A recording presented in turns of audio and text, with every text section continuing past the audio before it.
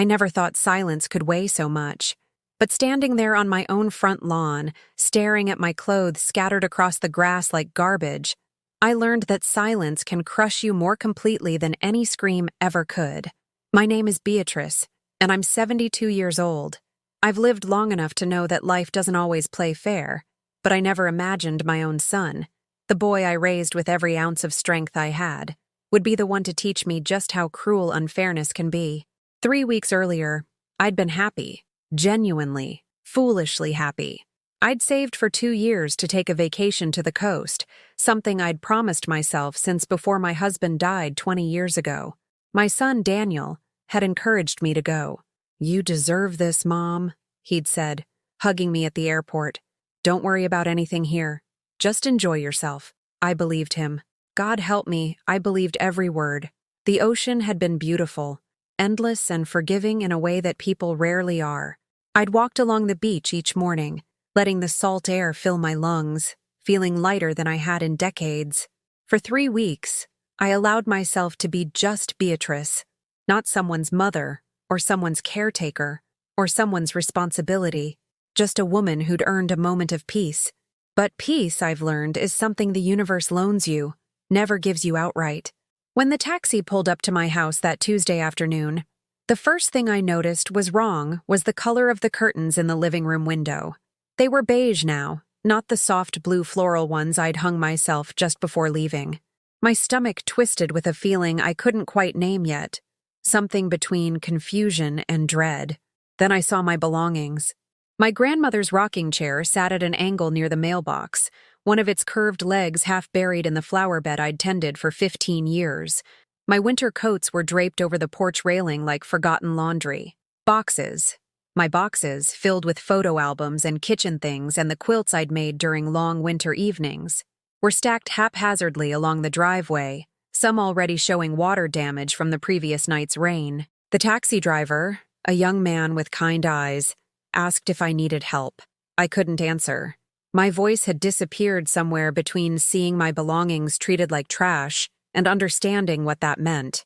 I paid him with shaking hands and stood there on the sidewalk, my suitcase beside me, staring at the house I'd called home for 37 years, the house I'd scraped and saved to buy, the house where I'd raised Daniel after his father died, working 2 jobs to keep the mortgage paid and food on the table, the house where every wall held a memory of sacrifice and love. The front door opened, and my heart leaped with desperate hope. Daniel would explain this. There'd been some terrible mistake, some misunderstanding that would make sense once he clarified everything. But the man who stepped onto my porch wasn't my son. He was older, maybe 60, with silver hair and an expensive watch that caught the afternoon sunlight. He looked at me the way you might look at a solicitor who'd interrupted your dinner, mildly annoyed, mostly indifferent. "Can I help you?" he asked. And those 3 words felt like a slap. This was my house, my porch, my doorway, and this stranger was asking if he could help me, as if I were the intruder. "I live here," I said, and my voice sounded small and uncertain even to my own ears. "This is my home. Where's Daniel? Where's my son?" The man's expression shifted slightly, revealing what might have been discomfort or perhaps just impatience. Before he could respond, Daniel appeared behind him in the doorway. My son. The boy I'd rocked to sleep through countless nights of teething and nightmares. The young man I'd put through college by working double shifts at the hospital cafeteria. The person I loved more than my own life. He looked at me, and there was nothing in his eyes. No warmth, no recognition of what we'd been to each other for 43 years. Just a flatness that made him look like a stranger wearing my son's face. "Daniel," I said, and I heard the pleading in my voice. Hated myself for it, but couldn't stop it. "What's happening? Why are my things outside? Who is this man?" He stepped fully onto the porch, and I noticed he'd changed. He was thinner, harder somehow, wearing clothes I didn't recognize, expensive things that his wife, Linda, must have bought him. Linda, who'd always looked at me like I was something stuck to the bottom of her designer shoes. "You don't live here anymore," Daniel said, and his voice was calm, practiced, as if he'd rehearsed these words. "My father-in-law's moving in. It's his house now." The world tilted sideways. I grabbed my suitcase handle to steady myself, feeling the rough plastic dig into my palm, needing that small pain to prove I was still real, still present in a moment that couldn't possibly be happening. "What do you mean?" I whispered. "Daniel, this is my house. I paid for this house. The mortgage has my name." "Had your name," he interrupted, and there was something almost apologetic in his correction, as if he were simply clarifying a minor factual error rather than destroying my entire existence. "We transferred the deed while you were gone. Dad," he gestured to the stranger beside him, and that single word, Dad, hit me like a physical blow. "Needed a place to stay, and Linda thought it would be better for everyone if you found somewhere else. Somewhere more. Manageable for someone your age? Manageable. As if I were a problem to be solved. An inconvenience to be relocated. You can't just—" I started, but my voice broke. "Daniel, I raised you in this house. Your father and I bought this house before you were born. Every payment, every repair, every sacrifice, this is my home. It was your home." Linda's voice came from inside, sharp and clear. She didn't even have the courage to face me, just stood somewhere in my living room, the living room where I'd taught Daniel to walk, where we'd celebrated every Christmas, where I'd sat alone and cried after his father's funeral, and spoke as if she were commenting on the weather. "But things change, Beatrice. You're getting older, and this house is too much for you to maintain alone. Robert needs stability after his divorce, and we need to think about what's practical." Practical. They'd stolen my home and called it practical. "I never signed anything," I said, stronger now, anger beginning to burn through the shock. "You can't transfer a deed without the owner's signature. I never agreed to any of this." Daniel and the man, Robert, Linda's father, exchanged a look that made my blood run cold. It was the look of people who shared a secret, who'd made plans they knew were wrong, but had convinced themselves were necessary. "Actually, you did," Daniel said quietly, and he wouldn't meet my eyes. "Remember that stack of papers I had you sign before you left? For the insurance renewal and the property tax reassessment? The deed transfer was in there. You just didn't realize it." The ground seemed to open beneath me. Those papers. I'd signed them at the kitchen table while packing, distracted and excited about my trip, trusting my son completely. He'd rushed me through them, saying everything was standard paperwork. Nothing important, just routine maintenance of household affairs. He'd tricked me. My own son had deliberately deceived me into signing away everything I owned. "That's fraud," I said, and my voice shook with rage and heartbreak in equal measure. "Daniel, that's fraud. You could what?" Linda emerged from inside now, standing beside her father and my son on the porch that had been mine that morning. She was beautiful in the way expensive things often are, polished and cold. "You could hire a lawyer you can't afford?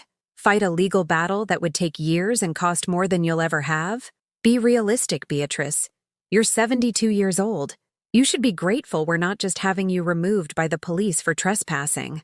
The cruelty of it took my breath away. This woman, whom I'd welcomed into my family, whom I'd cooked for and celebrated and tried so hard to love despite her constant coldness, was threatening to have me arrested for standing in my own yard. I looked at Daniel, searching desperately for any sign of the boy I'd raised, the man I'd believed him to be. "How can you do this to me?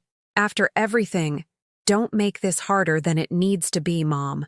He finally looked at me directly, and I saw it then. Shame, buried so deep beneath layers of justification and Linda's influence that he probably didn't even recognize it anymore. "You can take your things. We packed everything. There's a storage unit. We paid for the first month, and Linda found you a room at a senior living facility that has immediate availability. It's actually really nice. You'll have your own space, activities, people your own age." "I don't want my own space in a facility." The words burst out of me, years of grief and sacrifice and love exploding into sound. "I want my home. I want the house I worked 60-hour weeks to keep. I want the life I built. How dare you decide what's better for me? How dare you—" "I think you should leave now," Robert said, his voice firm with the authority of someone who believed ownership, even stolen ownership, gave him the right to dictate who belonged where. "Before this becomes unpleasant for everyone." Unpleasant? As if it hadn't already crossed into territory so far beyond unpleasant that the word was laughable. But what could I do?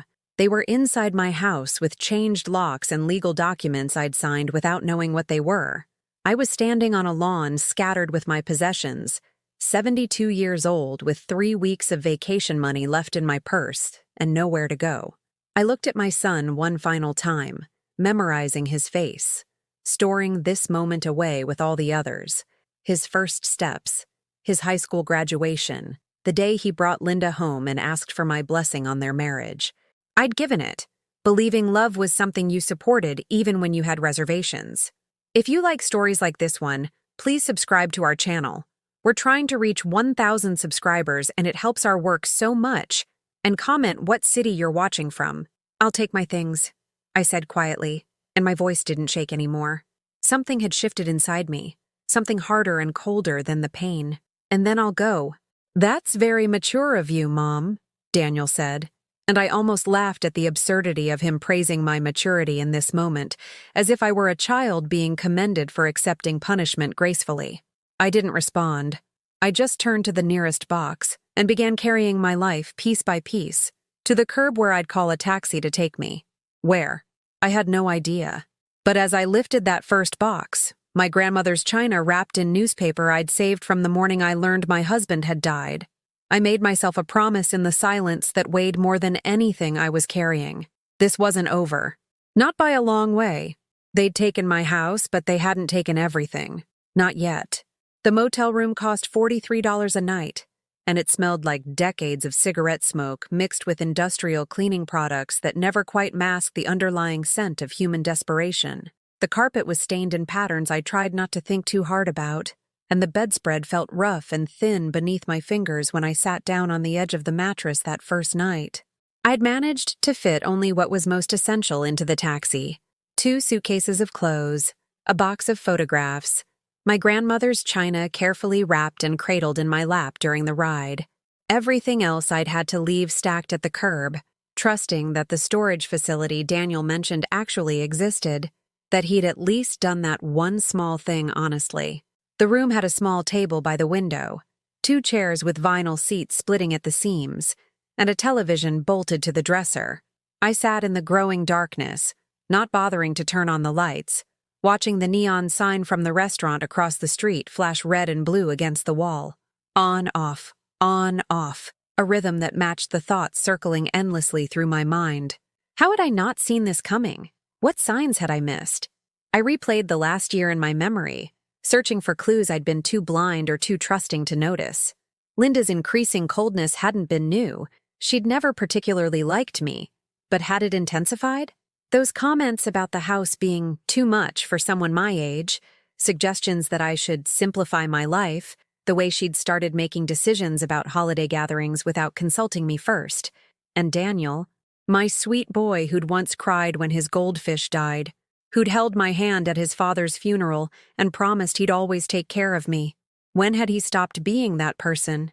When had Linda's voice become louder in his head than the values I'd tried to teach him? The phone in my purse buzzed. For one foolish, pathetic moment, my heart leaped with hope. Maybe Daniel had come to his senses. Maybe he was calling to apologize, to fix this nightmare. But the number wasn't Daniel's. It was Linda's mother, Patricia. I almost didn't answer. Patricia had always been polite to me in that careful way that people use when they're being courteous rather than kind. We'd shared space at family gatherings, exchanged pleasantries, but never anything approaching genuine warmth. Hello? My voice sounded hollow even to myself. Beatrice, it's Patricia. I heard what happened. Her tone was brisk, efficient, the voice of someone handling an unpleasant task. I'm calling because I think you should know. This is for the best. Robert really does need a stable living situation, and that house is perfect for him. You have to understand, Linda and Daniel are thinking about their future, about possibly having children, and they can't be worried about maintaining your property and taking care of you as you get older. Taking care of me, as if I were already helpless, already a burden that needed managing. Patricia, they stole my house. I kept my voice level, refusing to give her the satisfaction of hearing me break. Daniel tricked me into signing documents I didn't understand. That's fraud. Oh, don't be so dramatic. She laughed. Actually laughed. As if my devastation were amusing theater. You signed the papers, didn't you? No one forced your hand. And honestly, Beatrice, what did you expect? You can't keep a house that size at your age. This way, Robert gets a comfortable home for his retirement.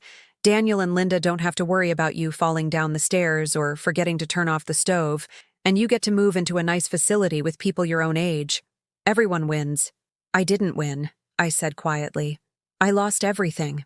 You lost a building with too many rooms and too many memories weighing you down. Her voice took on a patronizing edge that made my skin crawl. Sometimes we need other people to make the hard decisions for us. You should be grateful Linda has Daniel's best interests at heart. Some daughters-in-law wouldn't care at all about their husband's mother. The implication hung in the air.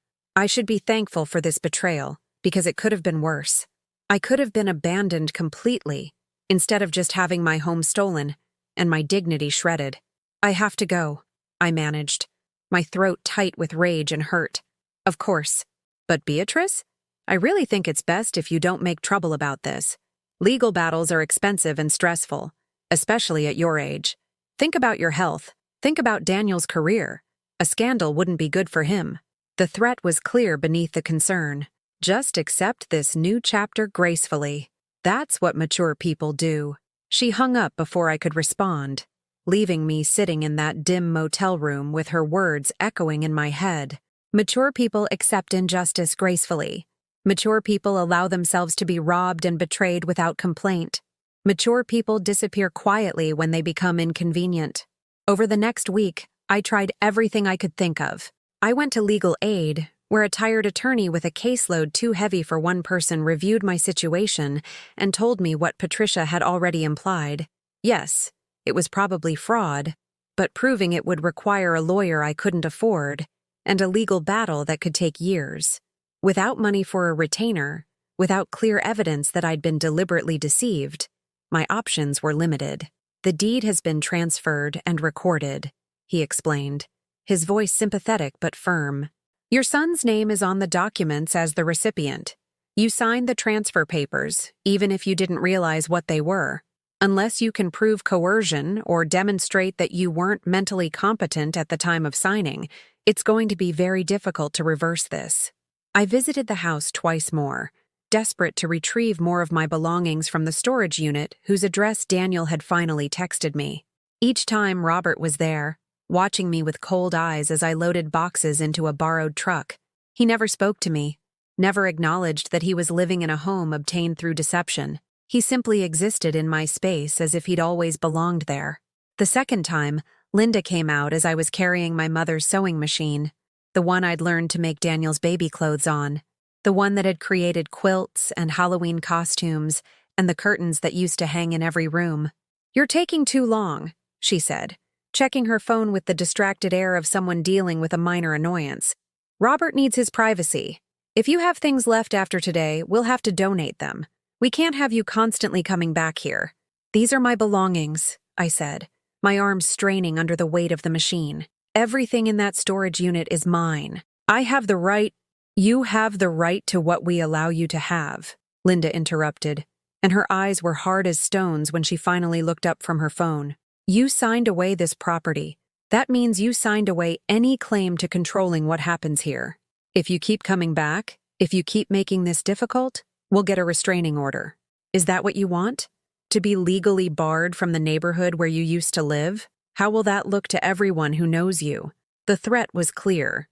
Not just legal action, but social humiliation. She would make sure everyone in our community knew that I'd become such a problem, such a burden, that my own family had to get the courts involved to keep me away.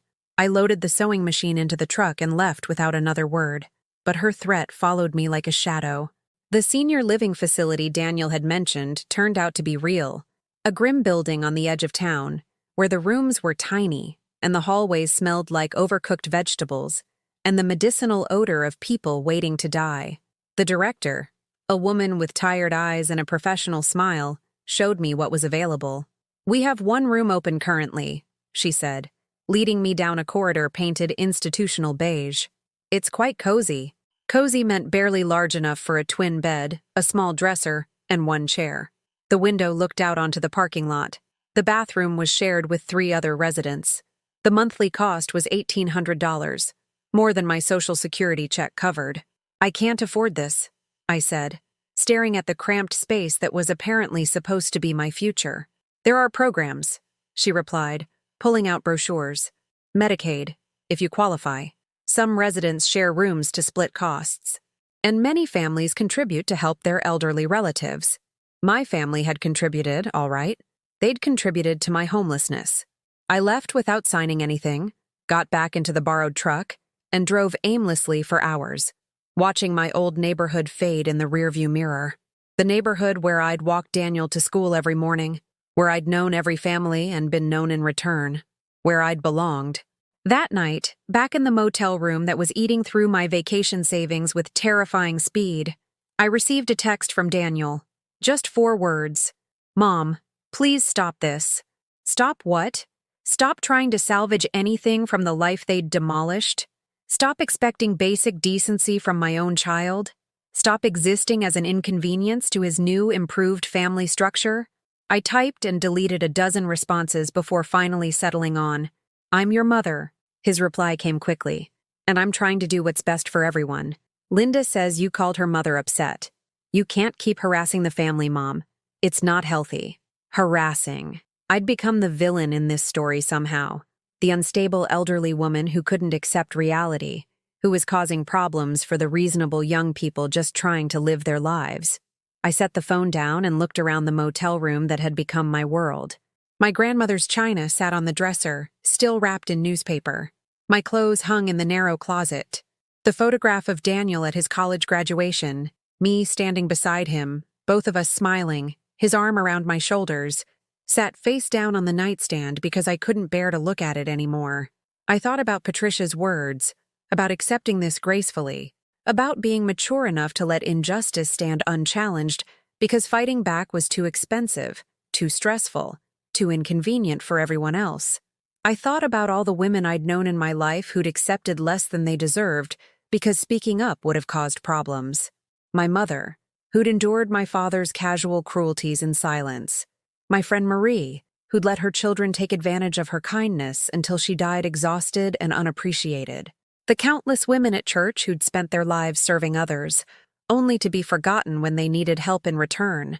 And something shifted inside me. Something hard and resolute that had been forming since the moment I stood on my own lawn and heard my son tell me I didn't belong there anymore. I wasn't going to accept this gracefully. I wasn't going to disappear into a tiny room in a depressing facility and wait quietly to die. I wasn't going to let them rewrite the story of my life so that I became the burden who'd been reasonably relocated rather than the victim of calculated theft. They'd made a mistake. They'd assumed I was too old, too tired, too broken to fight back. But I'd survived my husband's death and raised a child alone. I'd worked 2 jobs and still found energy to volunteer at Daniel's school. I'd paid off a mortgage and maintained a home and built a life from nothing but determination and love. I wasn't done yet, not by a long way. I just needed to figure out where to start. The public library became my refuge. It was free, warm, and no one questioned why an elderly woman spent entire days sitting at the computers in the reference section, searching for answers that seemed to exist somewhere just beyond my reach. I researched property law, deed transfers, elder fraud. I read case after case of families doing exactly what mine had done, manipulating paperwork, exploiting trust, taking advantage of parents who'd believed their children loved them more than they loved money or convenience. The patterns were depressingly familiar. Adult children who decided their parents' homes would serve them better than they served the people who'd actually paid for them. Forged signatures, coerced transfers, outright theft dressed up in legal language that made it all seem reasonable and proper. But the outcomes were always the same. Expensive legal battles that elderly victims couldn't afford. Years of court proceedings that they might not live to see resolved. Family relationships destroyed beyond any hope of repair. The system, I learned, wasn't designed to protect people like me. It was designed to protect property rights, and once those rights had been transferred, reversing them required resources I didn't have. On my 5th day of research, a librarian approached me. She was younger than my Daniel, with gentle eyes and a name tag that read, Sarah. I've noticed you've been here quite a bit, she said softly. pulling up a chair beside me. "I don't mean to intrude, but if you need help finding something specific, I'm happy to assist." I should have been embarrassed, caught haunting the library like someone with nowhere else to go, which was essentially true. But Sarah's face held only kindness, no judgment, and I was so starved for basic human decency that I found myself telling her everything. She listened without interrupting, her expression growing more troubled as my story unfolded. When I finished, she was quiet for a long moment. "My grandmother went through something similar," she finally said. "Not exactly the same, but close enough. My uncle convinced her to put his name on her bank accounts just in case something happened, and then he cleaned them out and moved to Arizona. She died 6 months later, still trying to get a lawyer to take her case." "I'm sorry," I said, and meant it. "Me too." Sarah's jaw tightened with old anger. "The thing is, people like your son and my uncle, they count on us being too polite, too tired, too scared to make noise. They count on us accepting what they've done because fighting back is harder than just surviving. I don't know how to fight this," I admitted. "Every door I try seems to lead nowhere." Sarah leaned forward, her voice dropping to barely above a whisper. "Have you tried the courthouse? The records department? Sometimes when you can't afford lawyers, you have to become your own detective. Look at the documents yourself. See exactly what was filed, when it was filed, who witnessed it. Sometimes people get sloppy when they think no one's paying attention." It wasn't much, but it was more direction than I'd had before. The next morning, I took the bus to the county courthouse, a imposing granite building that made me feel small and insignificant as I climbed its wide steps. Inside, after being directed through 3 different hallways by 3 different people, I finally found the records department. The clerk behind the counter looked at me with the weary patience of someone who dealt with confused elderly people regularly. "I need to see the deed transfer for my property," I said, providing the address. She typed something into her computer, clicked through several screens, then disappeared into a back room. 10 minutes later, she returned with a folder containing copies of documents that represented the destruction of my life. "There's a fee for copies," she said. $2 per page." I counted out $14 from my dwindling cash, my hands shaking slightly as I accepted the warm papers fresh from the copy machine. I found a bench outside the building and read through everything with the careful attention I should have given those papers when Daniel first asked me to sign them. The deed transfer was there, my signature at the bottom looking exactly like my handwriting because it was my handwriting. The date was 2 days before I left for my vacation. But there was something odd about the witness signatures. 2 names I didn't recognize, Margaret Foster and James Chen, with addresses in a part of the city I'd never been to.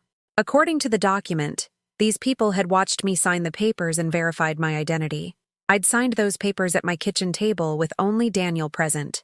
No witnesses, no notary. He'd rushed me through them, saying everything was routine, nothing to worry about.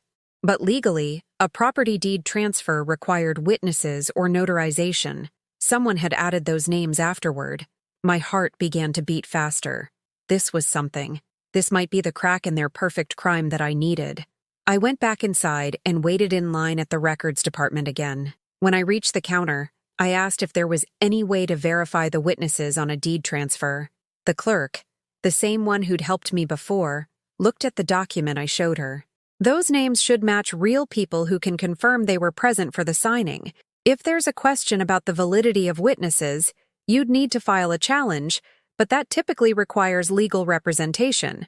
"What if the witnesses don't exist?" I pressed. "What if someone just made up names?" Her expression shifted, becoming more focused. "That would be fraud. But proving it," she trailed off, clearly not wanting to get involved in whatever family drama she assumed was playing out.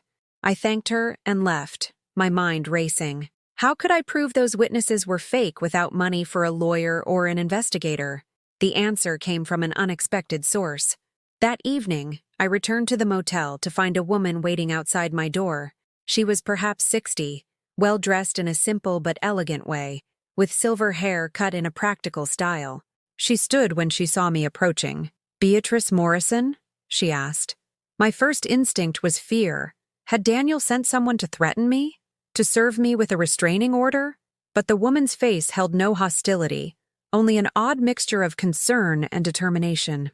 "Yes," I said cautiously. My name is Dorothy Chen. I believe someone forged my husband's name on your property transfer documents. The world tilted slightly. James Chen? She nodded. I saw your name in the public records when I was researching something else entirely. My husband died 3 years ago, but apparently his signature appeared on your deed transfer dated last month. I'm a retired notary public, Mrs. Morrison, and I know forgery when I see it. I invited her into my shabby motel room, suddenly acutely aware of how far I'd fallen, from homeowner to this, but Dorothy didn't seem to notice or care. She sat in one of the vinyl chairs and opened her handbag, pulling out her own copies of the documents. This isn't the first time I've seen James's name used fraudulently, she explained. After he died, someone accessed public records with his information and used his identity for various documents. I've been trying to track down all the instances, and your case appeared in my search. Why would someone use your husband's name? I asked, trying to understand. Because dead people make convenient witnesses, Dorothy said grimly. They can't be called to testify. Most people never think to verify that witnesses on legal documents are actually alive and present.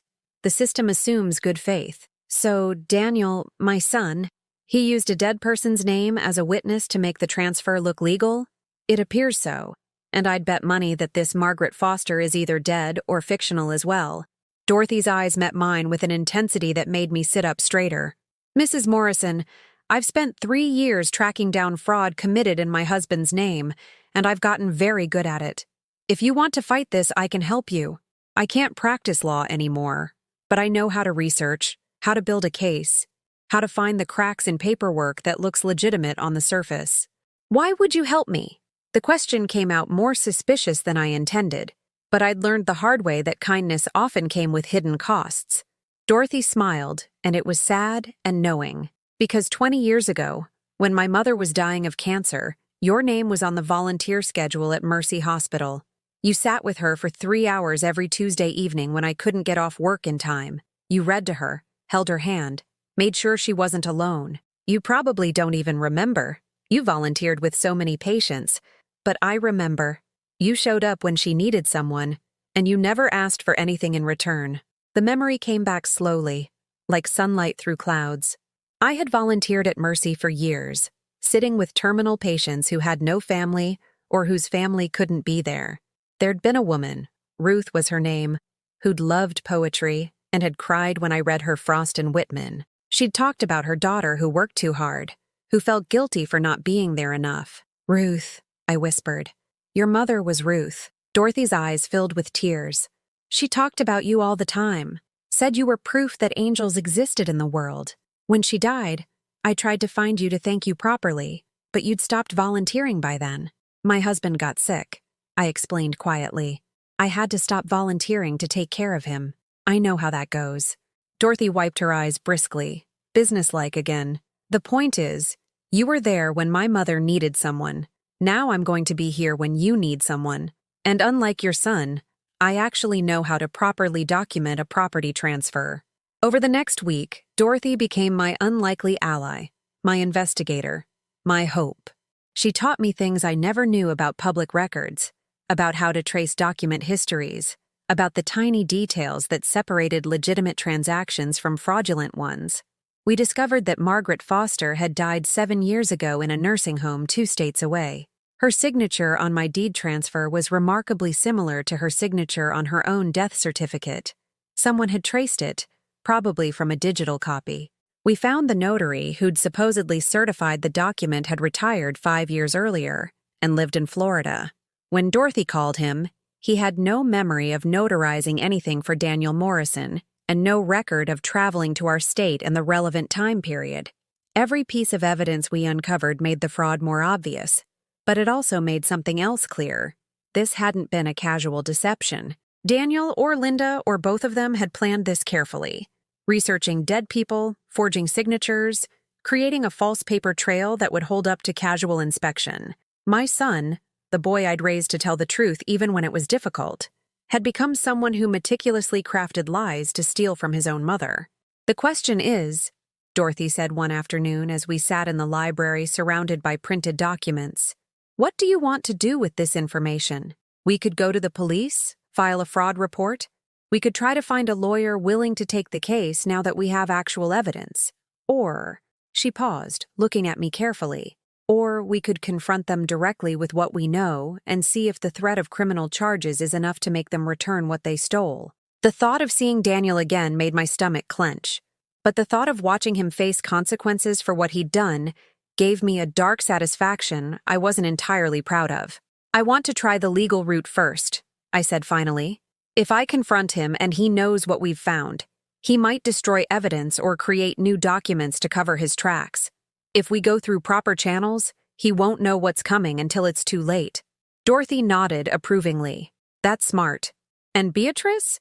I think your son severely underestimated what you're capable of. He thought you'd just accept this because you're elderly and alone. He thought you'd be too intimidated by the legal system to fight back.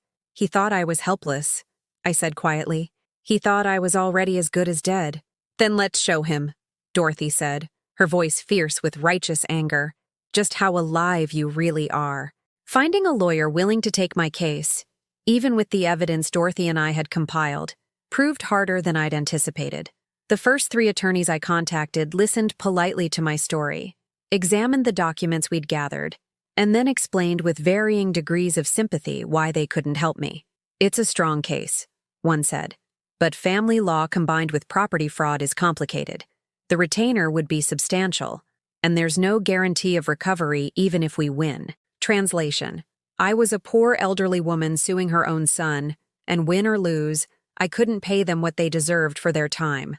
The 4th lawyer, a woman named Rebecca Torres who worked out of a small office above a dry cleaner, actually got angry on my behalf. She read through everything we'd brought, her jaw tightening with each page, and when she finished, she set the papers down carefully as if afraid she might tear them. This is despicable, she said flatly. Your son committed fraud, forgery, and elder abuse. This isn't complicated. This is criminal. But can you help me? I asked, afraid to hope. Rebecca was quiet for a long moment, studying me with dark eyes that seemed to see more than just the tired elderly woman sitting across from her. I can help you, she finally said. But you need to understand what you're agreeing to. This is going to get ugly. Your son will likely claim you're mentally incompetent, that you're confused or being manipulated. He'll try to make you look like the problem. Family members will take sides. Some people you thought were friends will distance themselves because legal battles make everyone uncomfortable. I understand, I said, though I wasn't sure I really did. And there's another thing, Rebecca continued, leaning forward. Even if we win, even if we prove fraud and get your house back, you may lose your son permanently. Some relationships can't survive this kind of conflict. You need to decide what matters more to you, justice or family peace. I thought about Daniel standing on my porch, looking at me with those empty eyes, telling me I didn't live there anymore. I thought about Linda's threats, Patricia's patronizing phone call, the weeks I'd spent in a motel room wondering if I'd die there forgotten and alone. He already chose, I said quietly. He chose the house over me. I'm just choosing to fight for what's rightfully mine. Rebecca nodded slowly. Then let's get started. My retainer is usually $5,000, but I'm going to do something I don't normally do. I'm going to take your case on contingency with a payment plan for the basic filing fees. If we win, I get paid from the settlement or property recovery. If we lose, you pay what you can afford, when you can afford it. Why would you do that? I whispered, tears burning in my eyes. Because I became a lawyer to help people who actually need help, she said simply. And because what happened to you makes me furious. The system should protect vulnerable people, not make it easier to exploit them. Within a week, Rebecca filed a civil lawsuit against Daniel Morrison and Robert Patterson, alleging fraud, forgery, undue influence, and elder financial abuse. She also filed a motion to cloud the title on my former home, which meant they couldn't sell it or refinance it until the case was resolved. The documents were served to Daniel at his office, a detail Rebecca had insisted on. Let his co-workers see, she'd said grimly. Let him explain to his boss why he's being sued for defrauding his elderly mother. I wasn't there when he received the papers, but I imagined his face, shock first, then anger, then the panicked calculation of someone realizing their carefully constructed plan was unraveling. His response came not through lawyers, but through a phone call that evening. I'd moved to a cheaper weekly rental room by then, a tiny efficiency apartment that Dorothy had helped me find. When my phone rang and I saw Daniel's name, my hand shook as I answered. "What the hell are you doing?" His voice was tight with rage, all pretense of civility abandoned. "You're suing me? Your own son? Do you have any idea what this looks like? What this is doing to my reputation? Do you have any idea what you did to me?" I shot back, surprised by the strength in my own voice. "You stole my house, Daniel. You forged documents and committed fraud." "I didn't forge anything," he shouted. "Those papers were legitimate. You signed them. Just because you didn't read what you were signing doesn't make it fraud." "The witnesses were dead people," I said coldly. "Margaret Foster died 7 years ago. James Chen has been dead for 3 years. You forged their signatures, and now I can prove it." The silence on the other end lasted so long I thought he'd hung up. When he finally spoke again, his voice had changed. Lower, more dangerous. "Mom, you need to drop this lawsuit. You're embarrassing yourself. Everyone's going to think you're senile, that you're being manipulated by strangers who want your money." "What money, Daniel? You took everything I had." "We gave you options," he insisted. "The senior facility, the storage unit. We tried to help you transition to a more appropriate living situation. If you'd just accepted it gracefully instead of making trouble, this would all be fine." "You wanted me to accept being robbed gracefully," I said.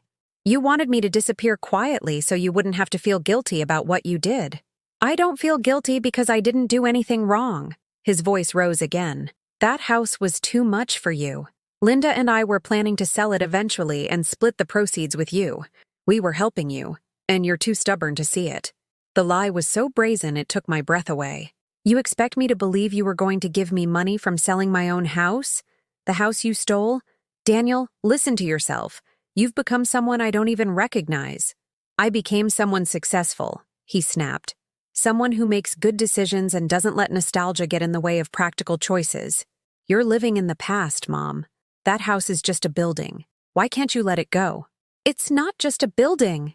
The words exploded out of me. "It's where I raised you after your father died. It's where I worked myself half to death to give you every opportunity. It's where every wall holds memories of sacrifices I made so you could have a better life than I did. And you dismiss it as just a building?" "Those are your memories, not mine," Daniel said, his voice going cold again. "I'm sorry you feel attached to the place, but that doesn't change the fact that you signed it over legally. If you continue with this lawsuit, I'll have you declared mentally incompetent. I'll present evidence that you're not capable of managing your own affairs. Is that what you want? To be put under a conservatorship?" The threat landed like a physical blow. I'd read about conservatorships, how they stripped elderly people of all autonomy, put their finances and decisions under someone else's control, how difficult they were to escape once established. "You'd do that to me," I whispered. "Your own mother?" "I'd do what's necessary to protect my family," he said. "Linda's pregnant, Mom. We're going to have a baby. I need to focus on my real family, not on an elderly woman who's determined to make my life difficult out of spite." Pregnant. Linda was pregnant. I was going to be a grandmother, and my son was telling me about it while threatening to have me declared incompetent. "Congratulations," I managed, the word bitter on my tongue. "I hope your child never knows what you did to your own mother."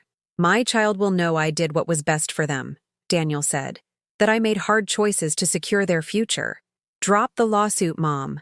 Accept the situation and let us help you find appropriate housing. That's the only way this ends well for you." "No," I said, and my voice was steady now, clear and certain. "The way this ends well for me is when I get my house back and you face consequences for what you've done. I'll see you in court, Daniel." I hung up before he could respond, my whole body shaking with adrenaline and grief, and a rage so pure it felt almost cleansing. Dorothy came by an hour later. I'd texted her after the call, needing someone who understood. She brought tea and let me cry until I had no tears left, until my eyes were swollen and my throat was raw. "He threatened to have me declared incompetent," I finally said, my voice hoarse. "That's harder than he thinks," Dorothy assured me. "Especially now that you've filed a lawsuit with a lawyer who clearly believes you're competent. It's an empty threat meant to scare you into backing down. He told me Linda's pregnant. I stared at my hands. At the wedding ring I still wore out of habit. I'm going to be a grandmother, and I don't think I'll ever meet my grandchild. Dorothy reached across and took my hand. Maybe not. This might cost you your relationship with your son permanently. You need to make peace with that possibility. I know, and I did know. The Daniel I'd raised, the boy I'd loved, was already gone, replaced by a man who saw me as an obstacle to his prosperity. Fighting for my house wouldn't change that. It would just make the loss official. But I also knew I couldn't live with myself if I didn't fight. Some things mattered more than family peace. Dignity mattered. Justice mattered. Teaching the world that elderly women couldn't be discarded without consequence mattered. The next few weeks passed in a blur of depositions and document reviews. Rebecca was brilliant, methodical in building the case. She hired a handwriting expert who confirmed the witness signatures were forgeries. She obtained death certificates for both supposed witnesses. She documented every communication, every threat, every attempt Daniel and Linda made to pressure me into dropping the suit. And there were many attempts. Linda's father, Robert, hired his own attorney, who filed a motion claiming he'd purchased the house in good faith and shouldn't be held responsible for fraud he didn't commit. Linda sent emails alternating between begging me to think of my unborn grandchild and accusing me of being a vindictive old woman trying to destroy her family out of jealousy. Patricia called twice more, increasingly hostile, telling me I was selfish and cruel for not considering Daniel's career prospects and the baby's future. "You're putting your pride above your family," she hissed during the second call. "What kind of grandmother does that?" "The kind whose own son stole everything she owned," I replied and hung up on her. But the worst came 3 weeks before the court date, when someone, I never found out who, though I had my suspicions, sent a letter to the judge presiding over the case. It claimed I had dementia, that I'd been forgetting things and acting confused in the months before signing over the house, that my family had been trying to protect me from myself when I started making irrational decisions. Rebecca was furious. "This is witness tampering," she said, "or close enough to it. They're trying to prejudice the judge before we even get to trial." The judge ordered a competency evaluation, which meant I had to spend 4 hours with a psychologist answering questions designed to assess my mental state. It was humiliating, being asked to remember word lists and draw clocks and answer questions about what day it was, all to prove I was capable of knowing my own mind. But I passed every test easily. The psychologist's report stated clearly that I showed no signs of cognitive impairment, that my memory and reasoning were intact, and that I was fully capable of understanding legal proceedings and making my own decisions. "This actually helps us," Rebecca explained when the report came back. "It shows they're willing to lie about your mental state to avoid accountability. It demonstrates bad faith. Still, the damage was done.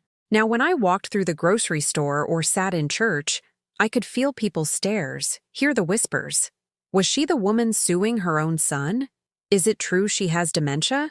I heard she's just bitter because her daughter-in-law is prettier and younger. Maybe she really can't take care of herself anymore." The loneliness became almost unbearable. The few friends I'd maintained from my neighborhood stopped calling. People I'd known for decades crossed the street to avoid talking to me.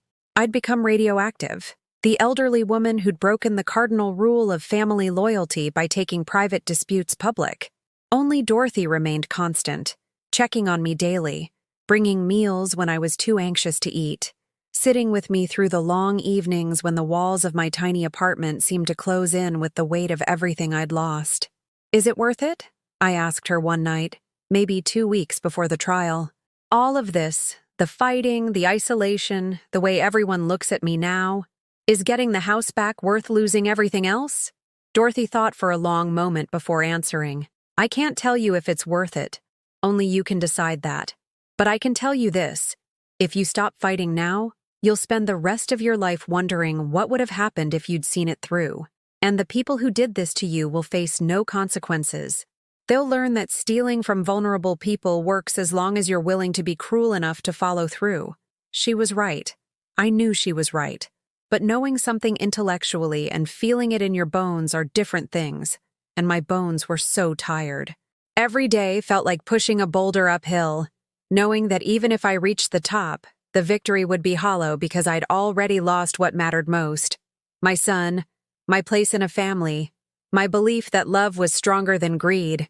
But I kept pushing anyway, because sometimes the only thing that separates survivors from victims is the stubborn refusal to stop fighting, even when every rational part of your brain says it's hopeless. And I wasn't ready to be a victim yet. Not while I still had breath in my lungs and evidence in my favor, and a lawyer who believed me. The court date was set for October 15th, 3 weeks away. 21 days until I faced my son in front of a judge, and the whole ugly truth came out where everyone could see it. 21 days to wonder if justice would actually prevail or if the system would fail me the way everything else had. 21 days of hoping I was strong enough to survive whatever came next. The night before the trial, I couldn't sleep. I lay in the narrow bed of my efficiency apartment, listening to the sounds of the city outside my window. Cars passing, distant sirens, someone's television playing too loud through thin walls. I thought about all the nights I'd spent in my real home, in the house that might be mine again by tomorrow evening, or might be lost to me forever. I thought about Daniel as a baby, how he'd only sleep if I held him, how I'd walked circles around that living room for hours singing lullabies until my voice went hoarse. I thought about his first day of school, how he'd cried and clung to my hand until his teacher gently pried him away, and how I'd cried in the car afterward because I knew that was the beginning of him not needing me anymore. I thought about his father's funeral, how Daniel had been only 23 and trying so hard to be strong for me, telling me everything would be okay, even as his own grief threatened to pull him under. I'd been proud of him then, proud of the man he was becoming, the strength he was showing. When had that man disappeared? Or had he ever really existed outside my own hopeful imagination? Dorothy picked me up at 7 in the morning.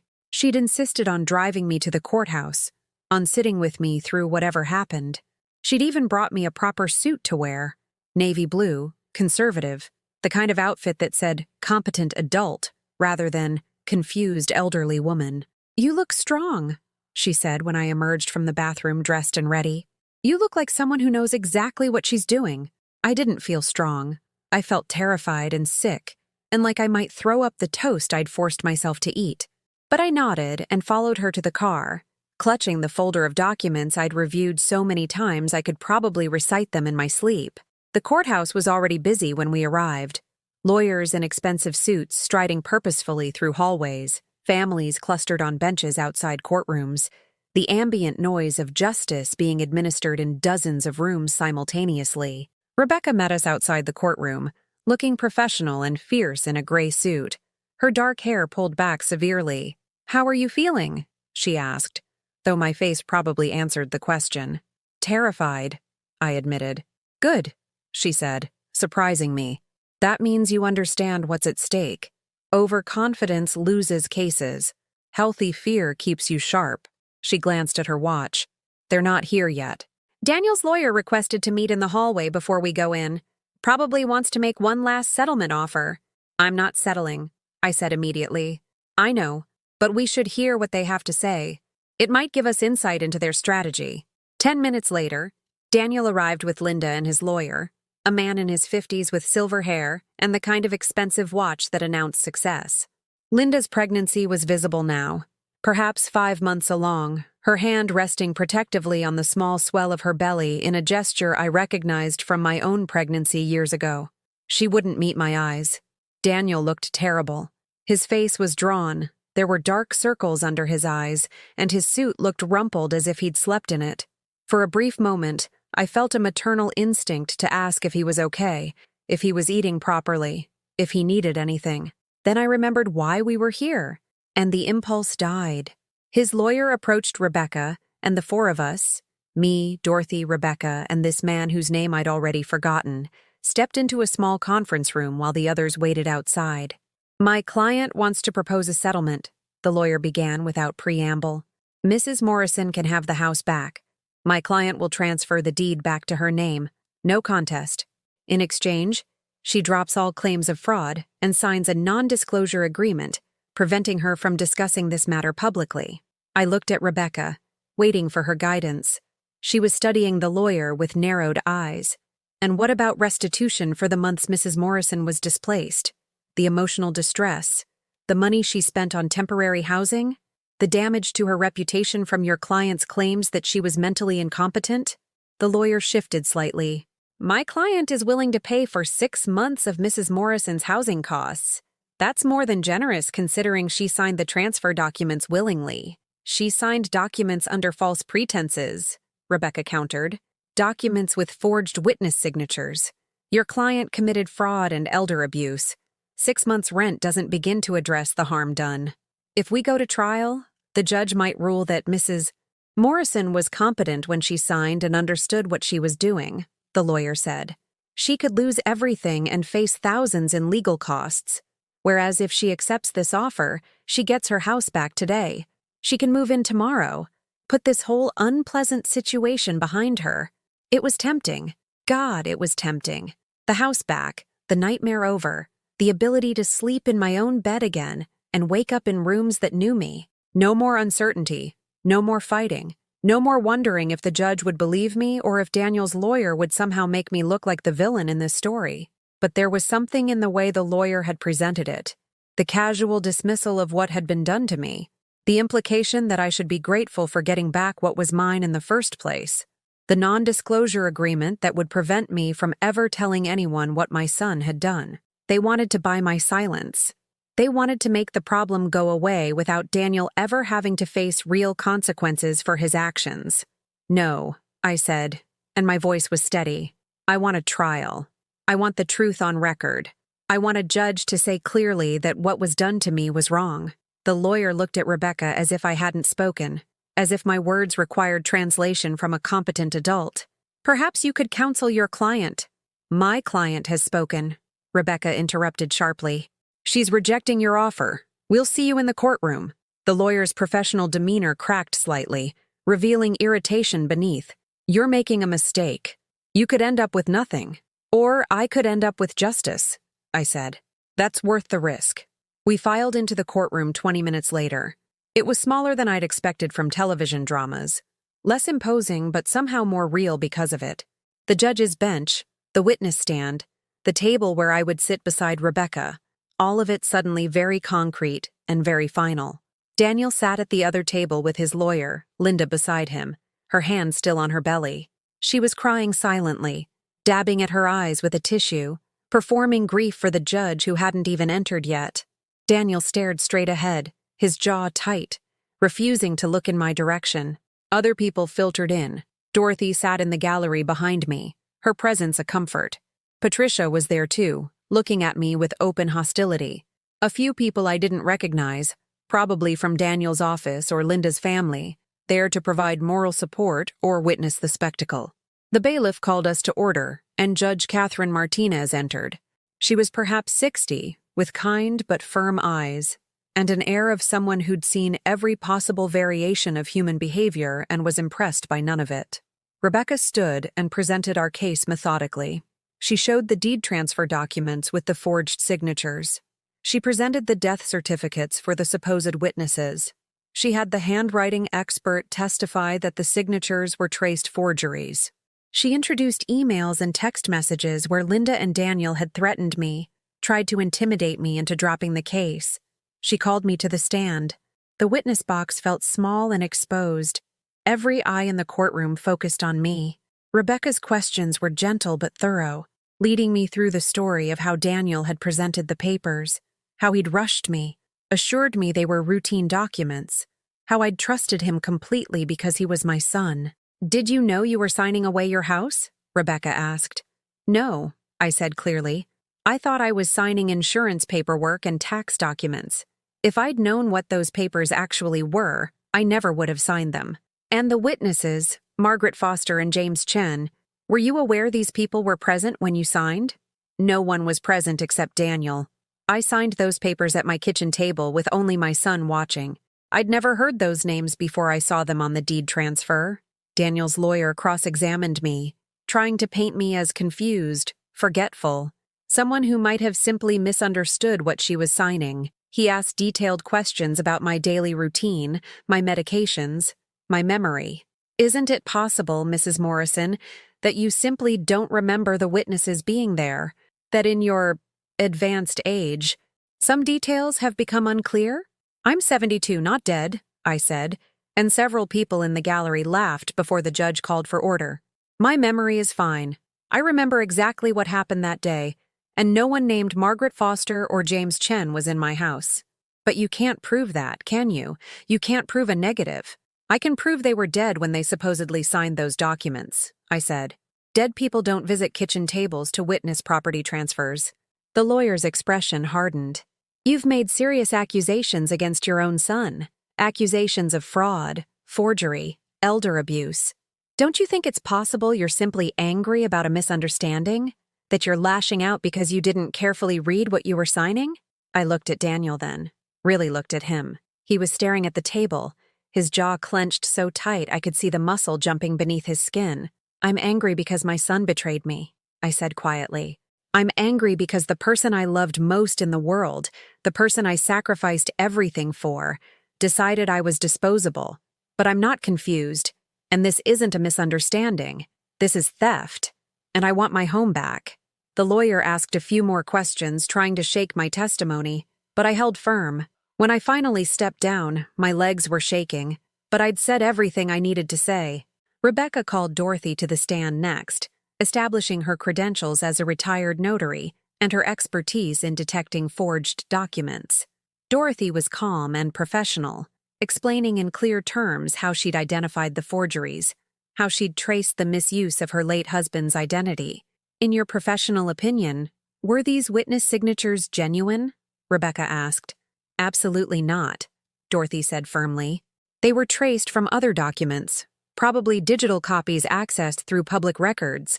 The signatures lack the natural variation that occurs when someone signs their own name. They're too perfect, too exact. That's always a red flag for forgery.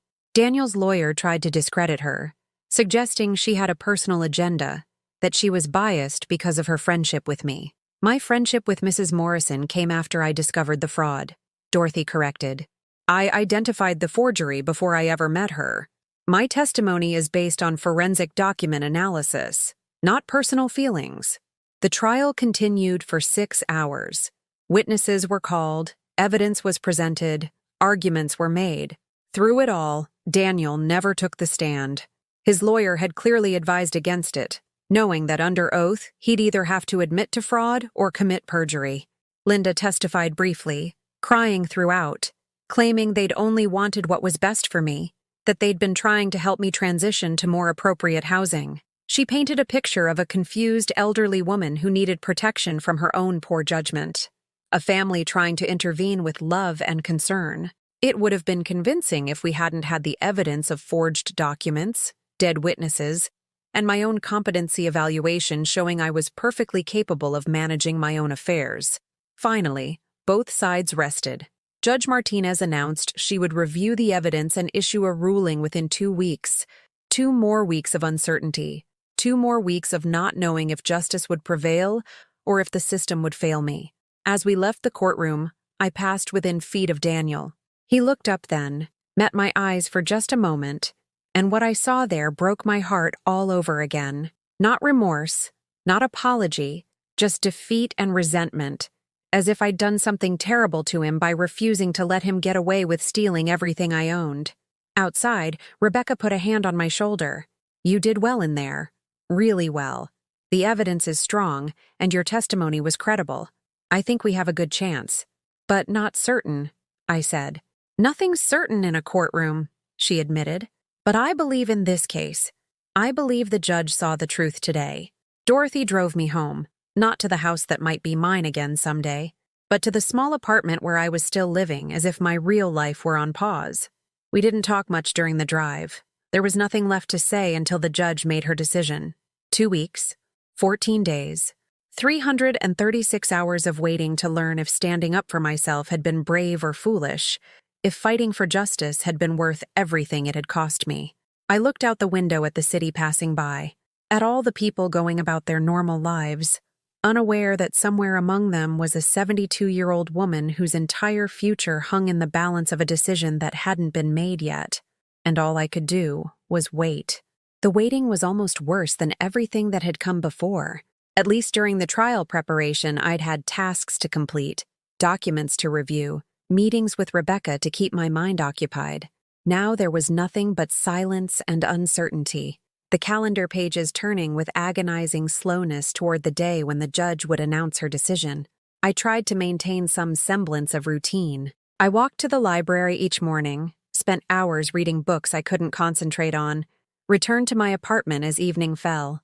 Dorothy checked on me daily, bringing groceries I barely touched, sitting with me through the long silences when neither of us could find words that felt adequate. On the 8th day of waiting, something unexpected happened. I received a letter, hand-delivered to my apartment by someone who knocked and disappeared before I could reach the door. The envelope was plain, no return address, just my name written in unfamiliar handwriting. Inside was a single page, and the words made my hands tremble as I read them. Mrs. Morrison, you don't know me, but I work in Daniel's office. I was there the day he received the lawsuit papers. I heard him on the phone with his wife afterward, talking about what they'd done. I've watched him lie to colleagues about why his mother is suing him, painting you as unstable and vindictive. I can't testify publicly. I need my job. But I want you to know that some of us see the truth. What he did to you is unforgivable. I hope you win. You deserve justice. It wasn't signed, but that anonymous support from a stranger who owed me nothing brought tears I'd been holding back for days. Someone else saw it. Someone else understood that I wasn't crazy or vindictive or confused. Someone else recognized the truth beneath Daniel's carefully constructed lies. I kept that letter, read it whenever doubt crept in during the endless waiting, used it as proof that fighting back had been the right choice, even if the outcome remained uncertain. On day 12, Rebecca called with news. The judge's clerk contacted me. We have a hearing scheduled for tomorrow at 2 o'clock. Judge Martinez is ready to issue her ruling. My heart hammered against my ribs. Tomorrow? Tomorrow, Rebecca confirmed. Are you ready? I thought about that question. Was I ready to hear that I'd lost? That despite all the evidence and testimony, the system had failed me? Was I ready to hear that I'd won, and would have to face the reality of returning to a house filled with ghosts of a family that no longer existed? I don't know, I admitted. But I'll be there. Dorothy insisted on staying with me that night. We didn't sleep much, just sat together drinking tea and watching old movies neither of us really paid attention to. As dawn broke through the window, painting the room in soft gray light, she squeezed my hand. Whatever happens today, she said quietly, you've already won something important. You fought back. You refused to disappear quietly. That matters, Beatrice. That matters more than you know. The courtroom felt different this time, charged with an energy that made the air feel thick and hard to breathe.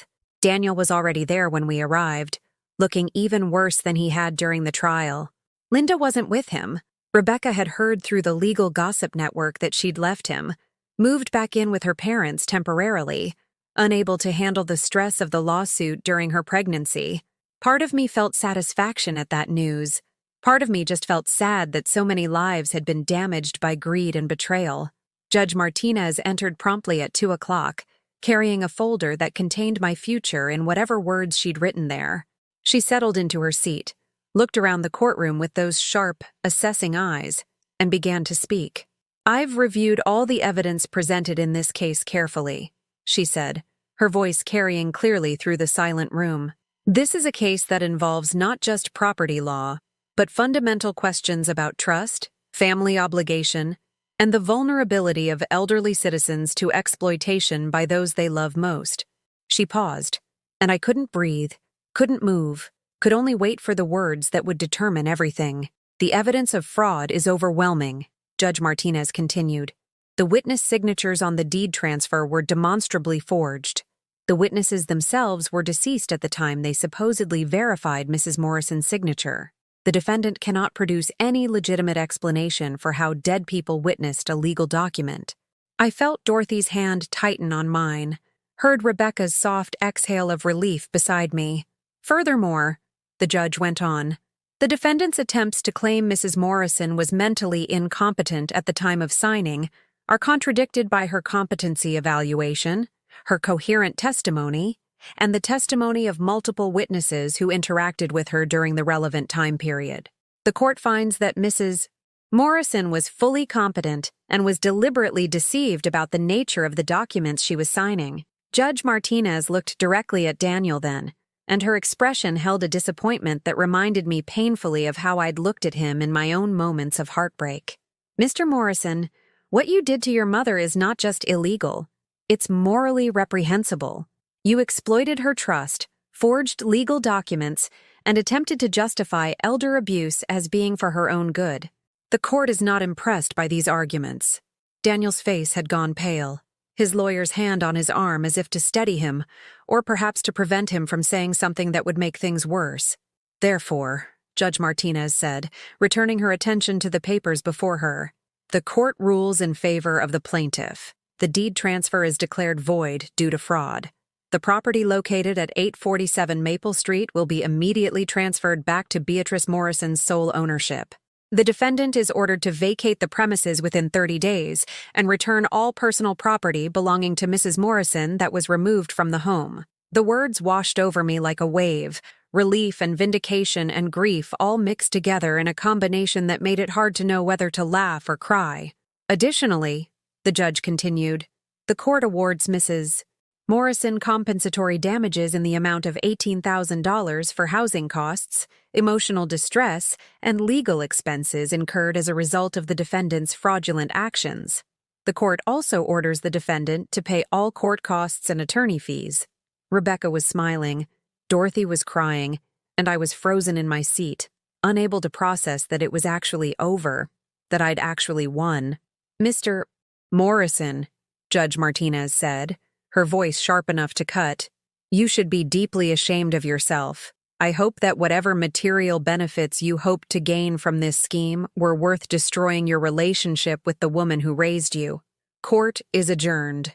The gavel came down with a sound of finality that echoed through the courtroom.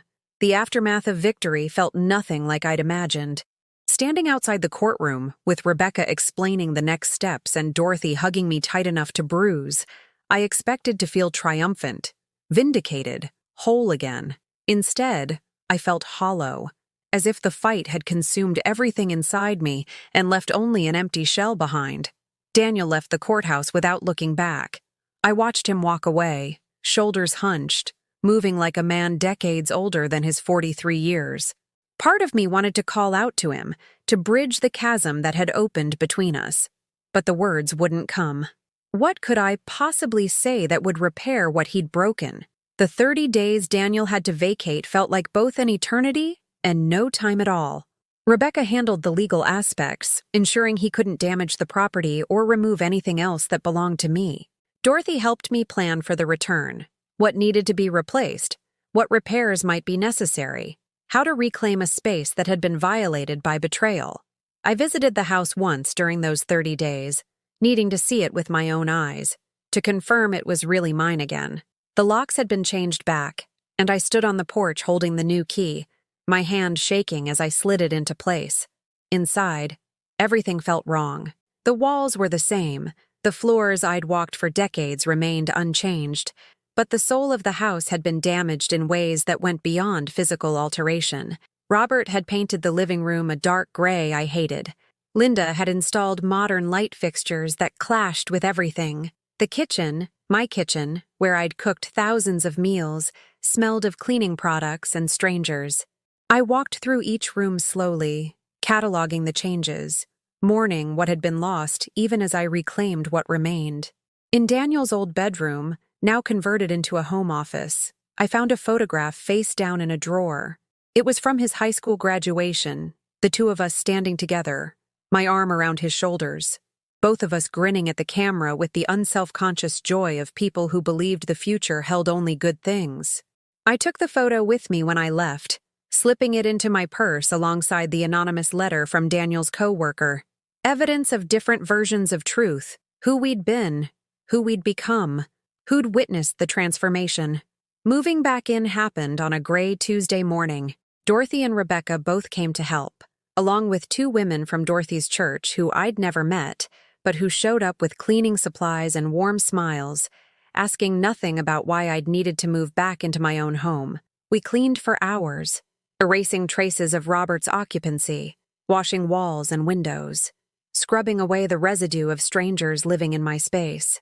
It was exhausting work for a 72-year-old woman, but I needed to do it myself, needed to reclaim every corner through physical labor that proved this place was mine again. By evening, the house smelled like lemon cleaner and fresh air instead of cologne I didn't recognize. My furniture from storage had been delivered, and though some pieces had been damaged beyond repair, enough remained to make the rooms feel less empty. Dorothy helped me hang curtains, new ones, soft yellow that let in light without making me remember the blue ones Linda had replaced. That first night back in my own bed, in my own room, I cried harder than I had through the entire ordeal. Relief, grief, exhaustion, and something else I couldn't quite name. Maybe just the crushing weight of winning a battle that should never have been fought in the first place. The $18,000 from the judgment arrived 3 weeks later. Daniel's lawyer had tried to negotiate a payment plan, but the judge had been firm: full payment within 60 days or face additional penalties. The check came with no note, no apology, just numbers on paper representing a fraction of what his betrayal had actually cost. I used some of it to repair the damage to the house. New paint, replacing things that had been broken or taken, fixing the garden that had been neglected. The rest I put into a new bank account, this one in my name only, at a different bank than the one Daniel knew about. Trust, once shattered, doesn't reassemble into its original shape. People in the neighborhood reacted to my return with mixed responses. Some welcomed me warmly, apologizing for believing Daniel's version of events, offering help with whatever I needed. Others avoided me entirely, uncomfortable with the messiness of family disputes made public, unsure whether to blame me for prosecuting my own son or blame him for making prosecution necessary. Mrs. Patterson from 3 houses down stopped me on the sidewalk one afternoon as I checked my mail. "I'm glad you're back," she said, touching my arm gently. "What your son did, well, I have sons of my own, and I hope I raised them better than that. You were right to fight, but Mr. and Mrs. Chen, who'd lived next door for 15 years, now looked away when they saw me, hurrying into their house as if my presence contaminated their property with scandal. Linda's parents had been their friends, had told their version of the story, and some people preferred comfortable lies to uncomfortable truths. I learned to accept that some relationships couldn't be salvaged, that choosing justice over peace meant accepting permanent changes to the landscape of my life. 6 weeks after moving back, I received an unexpected visitor. I was gardening, replacing the roses that had died from neglect, when a car pulled into the driveway. My heart seized, thinking for one irrational moment that Daniel had come, that he'd finally found the courage to apologize. But it was Linda who emerged from the car, heavily pregnant now, moving with the careful waddle of someone in their final trimester. She stood by her car for a long moment, staring at the house, her face unreadable. I stood slowly, pulling off my gardening gloves, waiting. "I'm sorry," she said finally, the words carrying across the yard. "For all of it. For pushing Daniel to do what he did. For making you feel unwelcome in your own home. For everything." I studied her face, looking for sincerity beneath the apology. She looked tired, older than her 35 years, one hand resting on her belly in that protective gesture I remembered from my own pregnancy. "Why now?" I asked. "Why come here now?" Linda's eyes filled with tears. "Because I'm about to be a mother, and I keep thinking about what you must have felt, knowing your own child betrayed you. I can't imagine—" Her voice broke. "I can't imagine my baby ever treating me the way Daniel treated you, and I was part of that. I pushed him to do it. I told him you were a burden, that we deserved that house more than you did." She wiped her eyes roughly. "My parents kicked me out when I left Daniel, said I was being disloyal, that wives don't abandon their husbands during legal troubles. I've been staying with my sister, working part-time, trying to figure out how to be a single mother." She laughed bitterly. "Turns out being disposable runs in families. My father's living with my other sister now. He couldn't afford rent on his own after his divorce settlement ran out. There was a certain justice in that, though I took no pleasure from it." "What do you want from me, Linda?" I asked, not unkindly but needing clarity. "Nothing," she said quickly. "I don't want anything. I needed you to know that I'm sorry, that I understand now what we took from you, And that if my child ever tries to treat me the way we treated you, I hope someone teaches them better." She turned to leave, then paused. "Daniel wanted to come. He's been talking about it for weeks. But he's too ashamed. He knows he destroyed something that can't be fixed." "He's right," I said quietly. "It can't be fixed." Linda nodded, accepting that truth, then got back in her car and drove away. I stood in my garden for a long time afterward, thinking about forgiveness and consequences, about cycles of behavior that repeat across generations until someone finds the courage to break them. 3 months after Linda's visit, on a cold morning in January, I received a birth announcement in the mail. A baby girl, 7 pounds 4 ounces, named Emma Grace Morrison. The card included a photograph, a tiny face, eyes closed, wrapped in a pink blanket. My granddaughter. A child I would probably never hold, never read stories to, never watch grow up. I placed the announcement on my refrigerator with a magnet, not out of hope for reconciliation, but as a reminder that life continues forward even when relationships end. Dorothy found me staring at it one afternoon when she stopped by with groceries. She'd made it a habit to check on me weekly, though I suspected she did it as much for her own benefit as mine. We'd become something more than friends through this ordeal.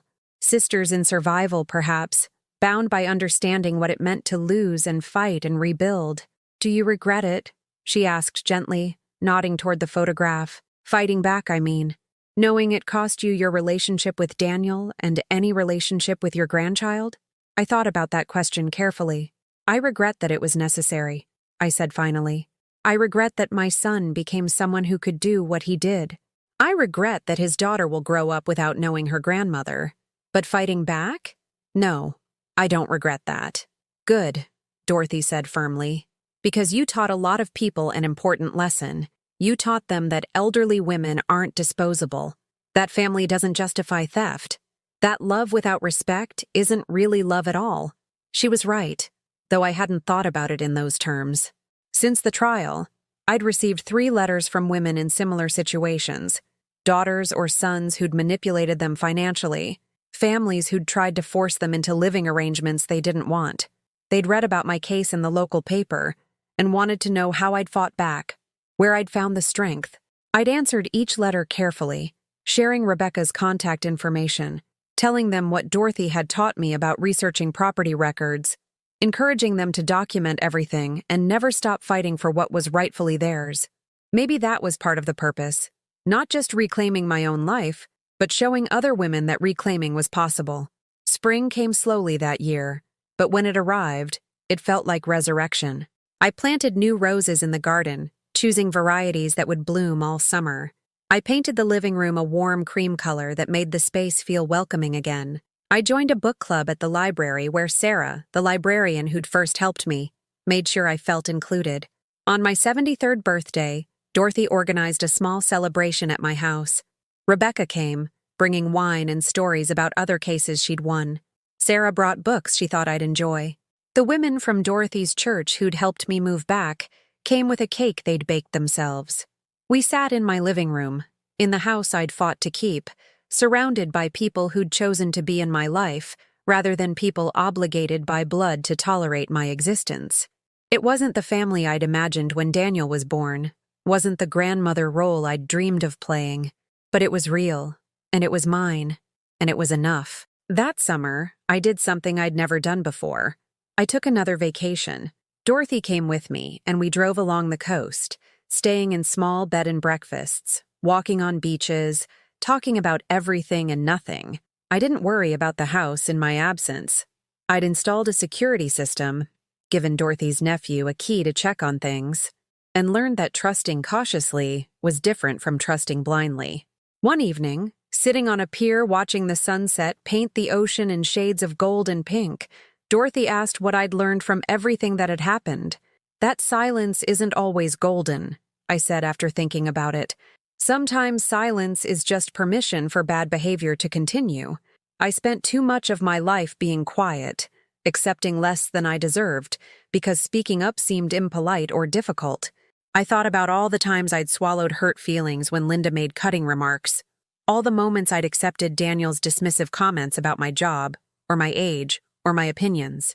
All the small surrenders that had taught him I could be pushed, until one day he pushed me out of my own home. I learned that fighting back doesn't make you bitter, I continued.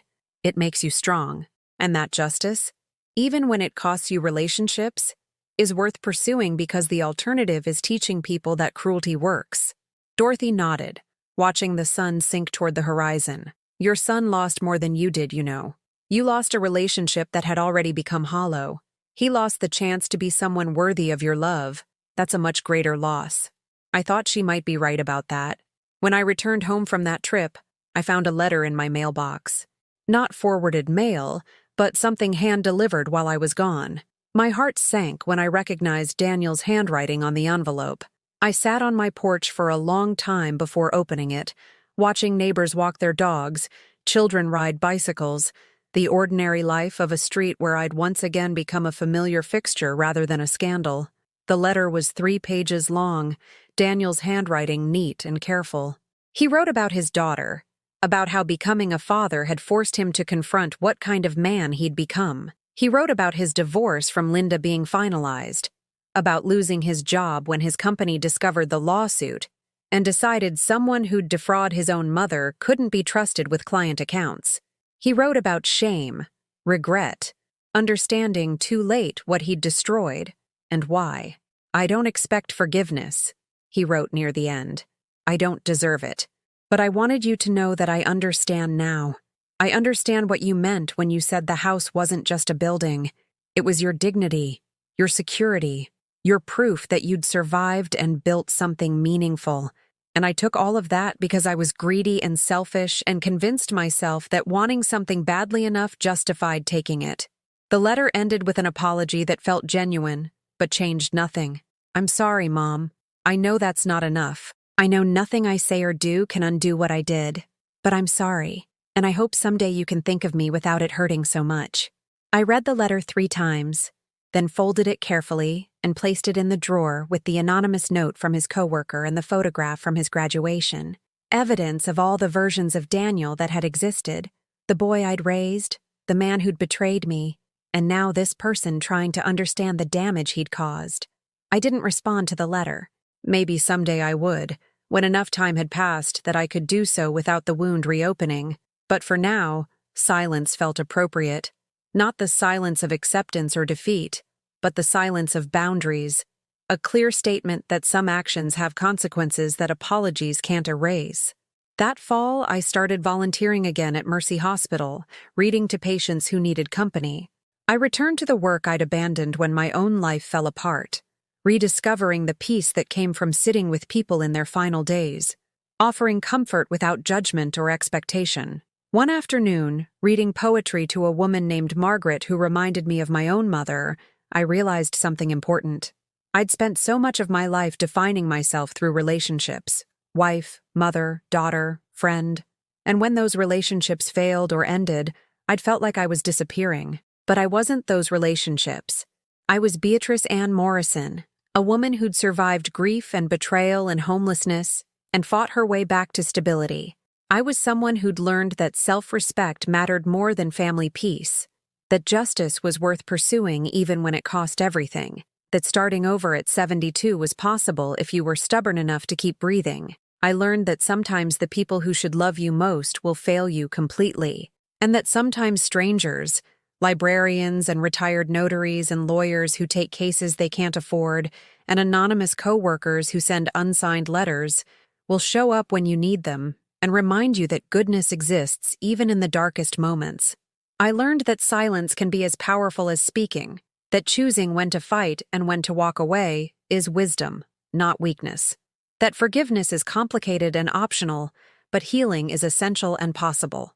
Most importantly, I learned that I was stronger than I'd ever imagined, that the voice inside me that had been silent for so long could roar when necessary, that I deserved respect, dignity, and the home I'd worked my entire life to build. On quiet evenings now, I sit on my porch watching the neighborhood settle into darkness, and I feel something I hadn't felt in years: peace.